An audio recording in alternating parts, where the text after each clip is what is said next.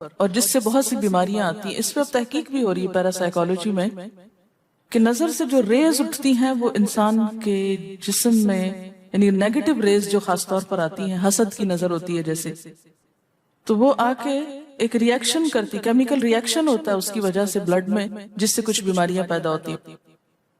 حدیث میں آپ کو سنا دیتی ہوں. حضرت ام سلمہ سے روایت ہے کہ آپ صلی اللہ علیہ وسلم نے ایک لڑکی کے چہرے پر کالے پیلے رنگ کا نشان دیکھا تو آپ نے فرمایا اسے نظر بد لگ گئی ہے، اس پر دم کرو. حضرت جابر کہتے ہیں کہ آپ صلی اللہ علیہ وسلم نے آل حزم کو سانپ کے ڈسنے کی وجہ سے دم کرنے کی رخصت دی، اور آپ نے اسما بنت امیس سے پوچھا کیا وجہ ہے کہ میرے بھتیجے کمزور ہیں، کیا فقر و فاقہ کا شکار ہیں، یعنی کھانے پینے کے باوجود یہ کیوں کمزور ہیں، کیا ان کو کچھ کھانے کو نہیں ملتا؟ انہوں نے کہا نہیں، بلکہ انہیں نظر بد بہت جلد لگ جاتی ہے. تو آپ نے فرمایا ان پر دم کیا کرو.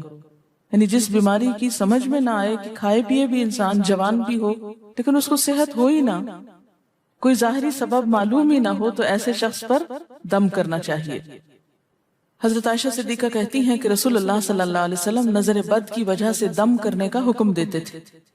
حضرت انس کہتے ہیں کہ آپ صلی اللہ علیہ وسلم نے نظر بد اور بچھو وغیرہ کے ڈسنے سے اور پھوڑوں سے دم کرنے کی اجازت دی، یعنی پھوڑے وغیرہ جو ہوتے ہیں نا اس پر بھی دم کی اجازت دی. تو جسمانی بیماری ہے نا. اور نظر کے بارے میں تو یہ بھی کہا گیا ہے، حدیث میں آتا ہے کہ نظر بد کا لگنا حق ہے، انسان کو اونچے پہاڑ سے گرا سکتی. کیونکہ ہوتا کیا ہے کہ جب ایک خاص اینگل سے دیکھا جاتا ہے تو دوسرے انسان کے جسم میں جیسے لرزہ سا آ جاتا ہے نا، اور انسان ہل جاتا ہے. اس کی دلیل قرآن میں بھی ہے. ایک سورت کے آخر میں آتا ہے وَإِن يَكَادُ الَّذِينَ كَفَرُوا لَيُزْلِقُونَكَ بِأَبْصَارِهِمْ لَمَّا سَمِعُوا الذِّكْرَ، کہ قریب ہے کہ کچھ کافر آپ کو اپنی نگاہوں سے کیا کر دیں، پھسلا دیں جب یہ قرآن سنتے ہیں. یعنی وہ سننے نہیں آتے تھے، صرف آپ کو گھورتے رہتے تھے. اور کس لیے گھورتے رہتے تھے؟ تاکہ آپ بول نہ سکیں، آپ لرز جائیں، ڈگمگا جائیں، اپنا کام چھوڑ دیں. بری نیت سے آتے تھے. وَيَقُولُونَ إِنَّهُ لَمَجْنُونَ، کہتے ہیں کہ یہ تو مجنون ہو گیا. آپ صلی اللہ علیہ وسلم نے فرمایا نظر بد حق ہے، اگر تقدیر سے کوئی چیز سبقت لے جا سکتی ہوتی تو وہ نظر بد ہے. پتہ کیسے چلے؟ چل جاتا ہے. پتہ کیوں نہیں چلتا؟ مثلا آپ کا بچہ ہنس رہا تھا، کھیل رہا تھا، دودھ پی رہا تھا کہ اچانک کوئی شخص آیا اور جب وہ اٹھا تو بچے نے شور کرنا شروع کر دیا. اور پتہ چل جاتا ہے. بعض اوقات گھر ہی کے لوگوں کی لگ جاتی، بعض اوقات محبت سے بھی لگ جاتی کہ بچہ کھیل رہا تھا، آپ دیکھتے کہ وہ گر پڑا، اچانک رونا دھونا شروع ہو گیا، سر پٹ گیا. حدیث میں آتا ہے نظر بد انسان کو موت تک اور اونٹ کو ہانڈی تک پہنچا دیتی. اونٹ کو ہانڈی تک پہنچانے کا مطلب کیا ہے؟ ذبح کرنا پڑ جاتا ہے، تڑپنے لگتا ہے. آپ صلی اللہ علیہ وسلم نے فرمایا اللہ کی قضاء اور تقدیر کے بعد سب سے زیادہ نظر بد کی وجہ سے میری امت میں اموات ہوں گی. آپ صلی اللہ علیہ وسلم نے فرمایا نظر بد سے اللہ کی پناہ طلب کیا کرو، کیونکہ نظر بد کا لگنا حق ہے. اسما بنت امیس نے آپ سے گزارش کی کہ بنو جعفر کو نظر بد لگ جاتی ہے تو کیا وہ ان پہ دم کر سکتی ہیں؟ آپ نے فرمایا ہاں، یعنی ایک عورت بھی دم کر سکتی ہے، اور اگر تقدیر سے کوئی چیز سبقت لے جانے والی ہوتی تو وہ نظر بد ہے. آپ نے فرمایا بے شک نظر بد انسان پر اثر انداز ہوتی ہے، حتیٰ کہ اگر وہ ایک اونچی جگہ پر ہو تو نظر کی وجہ سے گر بھی سکتا ہے، یعنی فزیکلی بھی اثر انداز ہوتی. اور آپ دیکھیں کہ وہ قرآن پاک میں نہیں آتا وَمِن شَرِّ حَاسِدٍ إِذَا حَسَدَ، اور حاسد کے شر سے جب وہ حسد کرے. تو نظر بد ہوتی کس کی ہے؟ حاسد کی ہوتی. بری نظر کس کی ہوتی ہے؟ حاسد کی. تو جو صبح شام 3 دفعہ یہ پڑھتے رہے ان کو حاسد کچھ نہیں کر سکتے، ان کا کچھ نہیں بگاڑ سکتے، جتنا چاہیں گھورتے رہے. اسی طرح ابن کثیر نے کہا کہ نظر بد کا اللہ کے حکم سے لگنا اور اثر انداز ہونا حق ہے. تو جب اللہ کی پناہ لیتے ہیں نا قل اعوذ برب الفلق قل اعوذ برب الناس، تو آپ نے اللہ کے پناہ لے لی، شیلٹر میں آ گیا. اب ہر چیز بیکار ہو رہی ہے، سب نظریں وظریں. اور اگر لگتی بھی ہے انسان کو تو کس سے؟ اللہ کے اذن سے لگتی. حافظ ابن حجر کہتے ہیں کہ نظر بد کی حقیقت کچھ یوں ہے کہ ایک خبیث الطبع انسان اپنی حاسدانہ نظر جس شخص پر ڈالے تو اسے نقصان پہنچے. ابن قیم کہتے ہیں کچھ کم علم لوگوں نے نظر بد کی تاثیر کو باطل قرار دیا ہے، اور ان کا کہنا ہے کہ یہ محض توہم پرستی ہے اور اس کی کوئی حقیقت نہیں، لیکن حقیقت یہ ہے کہ یہ لوگ سب سے زیادہ جاہل اور ارواح کی صفات اور ان کی تاثیر سے ناواقف ہیں، اور ان کی عقلوں پہ پردہ پڑا ہوا ہے، جبکہ تمام امتوں کے عقلاء باوجود اختلاف مذاہب کے نظر بد سے انکار نہیں کرتے، یعنی صرف اسلام میں نہیں دیگر مذاہب میں بھی یہ کانسیپٹ پایا جاتا ہے، اگرچہ نظر بد کے سبب اور اس کی جہت تاثیر کے سلسلے میں ان میں اختلاف ہے۔ پھر کہتے ہیں اس میں کوئی شک نہیں کہ اللہ تعالیٰ نے جسموں اور روحوں میں مختلف طاقتیں اور طبیعتیں پیدا کی ہیں، اور ان میں کئی خواص اور اثر انداز ہونے والی کیفیات ودیت کی ہیں۔ آپ دیکھیں کہ لو چلتی ہے تو اثر نہیں ہوتا، اس کا بھی تو اثر ہوتا ہے نا، حالانکہ وہ نظر نہیں آ رہی ہوتی، اور کسی عقل مند کے لیے ممکن نہیں کہ وہ جسموں میں روحوں کی تاثیر سے انکار کرے، کیونکہ یہ چیز خود دیکھی اور محسوس کی جا سکتی ہے، اور آپ دیکھ سکتے ہیں کہ ایک شخص کا چہرہ اس وقت انتہائی سرخ ہو جاتا ہے جب اس کی طرف وہ انسان دیکھتا ہے جس کا وہ احترام کرتا ہے، اور اس سے شرماتا ہو، اور اس وقت پیلا پڑ جاتا ہے جب اس کی طرف ایک ایسا آدمی دیکھتا ہے جس سے وہ ڈرتا ہو، یعنی جس سے آپ ڈرتے ہیں وہ آپ کو دیکھے تو آپ کا رنگ پیلا ہو جاتا ہے۔ فرمایا یہ سب کچھ روحوں کی تاثیر کی وجہ سے ہوتا ہے، اور چونکہ اس کا تعلق نظر سے ہوتا ہے اور اس لیے نظر بد کی نسبت آنکھ کی نظر کی طرف کی جاتی ہے، حالانکہ آنکھ کی نظر کچھ نہیں کرتی، یہ تو روح کی تاثیر، یعنی نظر یہ نظر نہیں ہے صرف، بلکہ اندر سے روح یا احساسات ہیں جو ٹرانسفر ہوتے ہیں۔ آپ دیکھیں کہ محبت کی نظر کیا اثر نہیں کرتی، کرتی ہے نا، اسی طرح نفرت کی، غصے کی، اور آپ کے چھوٹے بچے خاص طور پہ نظروں کو بہت پہچانتے ہیں۔ آپ نے دیکھا ہوگا کہ بچے کچھ لوگوں کے پاس فوراً چلے جاتے ہیں اور کچھ لوگوں کے پاس نہیں جاتے۔ بچوں کی مثال اس لیے دے رہی ہوں کہ وہ معصوم ہوتے ہیں نا، ان کو کسی نے سکھایا پڑھایا نہیں ہوتا کہ ادھر جاؤ اور ادھر نہ جاؤ، اور اگر آپ سکھائیں پڑھائیں بھی تو پھر بھی وہ اپنی مرضی کرتے ہیں، آپ کی نہیں مانتے، تو وہ ایک طرح سے بہترین جج ہوتے ہیں۔ بعض لوگوں کو دیکھ کے بچے رونے لگتے ہیں، بعض کو دیکھ کے مسکرانے لگتے ہیں، یہ ایسا کیوں ہوتا ہے؟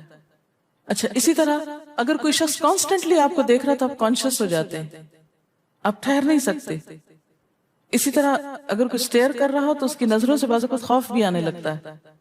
اللہ نے کیسی کیسی طاقتیں انسان کو دی ہیں، سلطان النصیرہ۔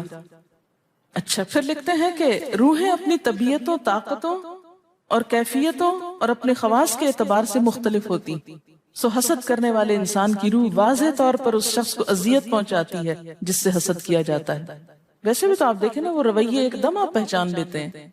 یہی وجہ ہے کہ اللہ تعالیٰ نے حاسد کے شر سے پناہ طلب کرنے کا حکم دیا ہے۔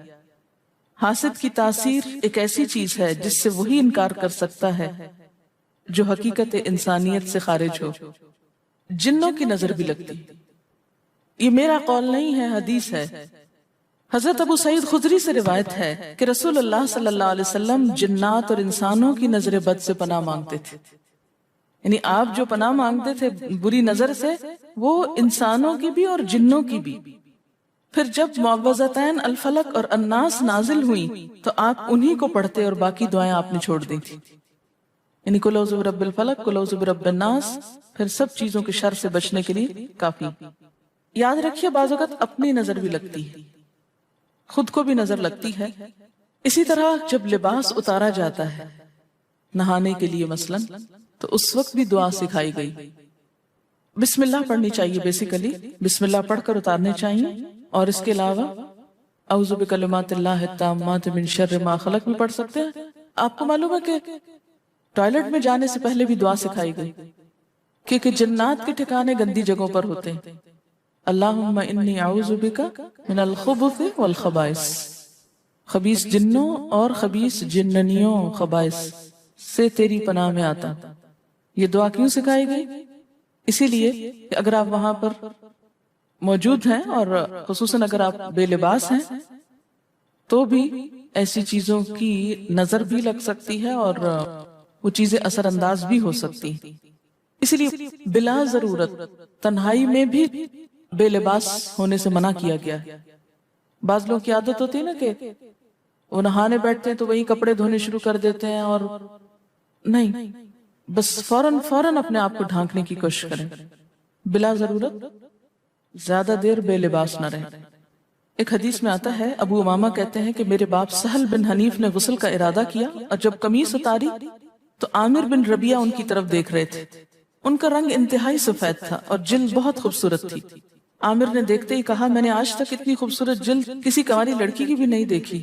ان کا یہ کہنا تھا کہ سہل کو شدید بخار شروع ہو گیا. چنانچہ نبی صلی اللہ علیہ وسلم کو یہ قصہ بتایا گیا اور آپ سے یہ بھی کہا گیا کہ سہل کی حالت یہ ہے کہ وہ سر بھی نہیں اٹھا سکتا. آپ نے پوچھا کیا تمہیں کسی پہ شک ہے؟ انہوں نے کہا جی ہاں، عامر بن ربیہ پہ ہو سکتا ہے.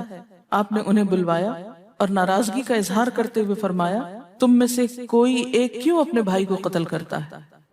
کیا تم بارک اللہ نہیں کہہ سکتے تھے؟ اس لیے اب غسل کرو اور اس غسل کا پانی کس پہ ڈالا جائے؟ جس کو نظر لگی. عامر نے اپنا چہرہ، ہاتھ، کوہنیاں، ٹخنے، پاؤں اور اپنی چادر کے اندرونی حصے دھوئے، پھر اسی پانی کو آپ نے سہل کے اوپر پیچھے سے بہا دیا، نہیں کہ اس کے منہ پہ ڈالنا، پیچھے سے بہا دیا اور سہل فوراً ٹھیک ہو گئے. اس کا طریقہ بتایا گیا اس غسل کا.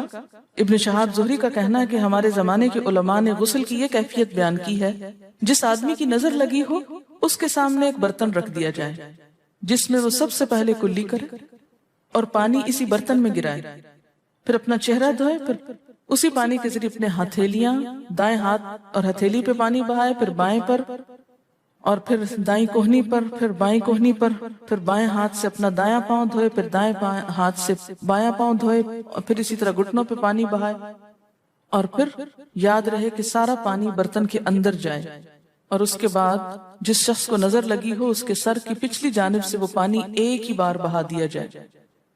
حضرت عائشہ کہتی ہیں کہ جس شخص کو بری نظر لگتی اس کو اسی طرح غسل کروایا جاتا. اب بعض اوقات یہ نہیں پتا چلتا کس کی لگی.